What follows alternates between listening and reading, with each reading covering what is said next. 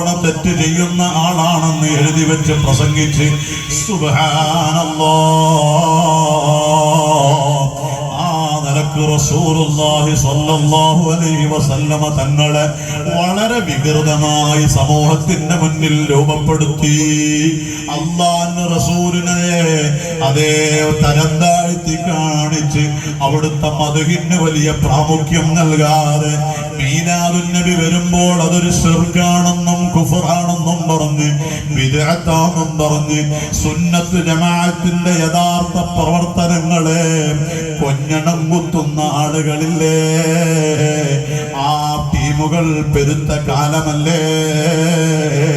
ഇക്കാലഘട്ടത്തിലാ നമ്മുടെ വീടുകൾ അലങ്കരിക്കേണ്ടത്, ഇക്കാലഘട്ടത്തിലാ നമ്മുടെ വീട്ടിൽ മൗലിദ് സംഘടിപ്പിക്കേണ്ടത്, ഈ ഒരു സാഹചര്യത്തിലാ സഹേ മദീനകൾ സംഘടിപ്പിക്കേണ്ടത്.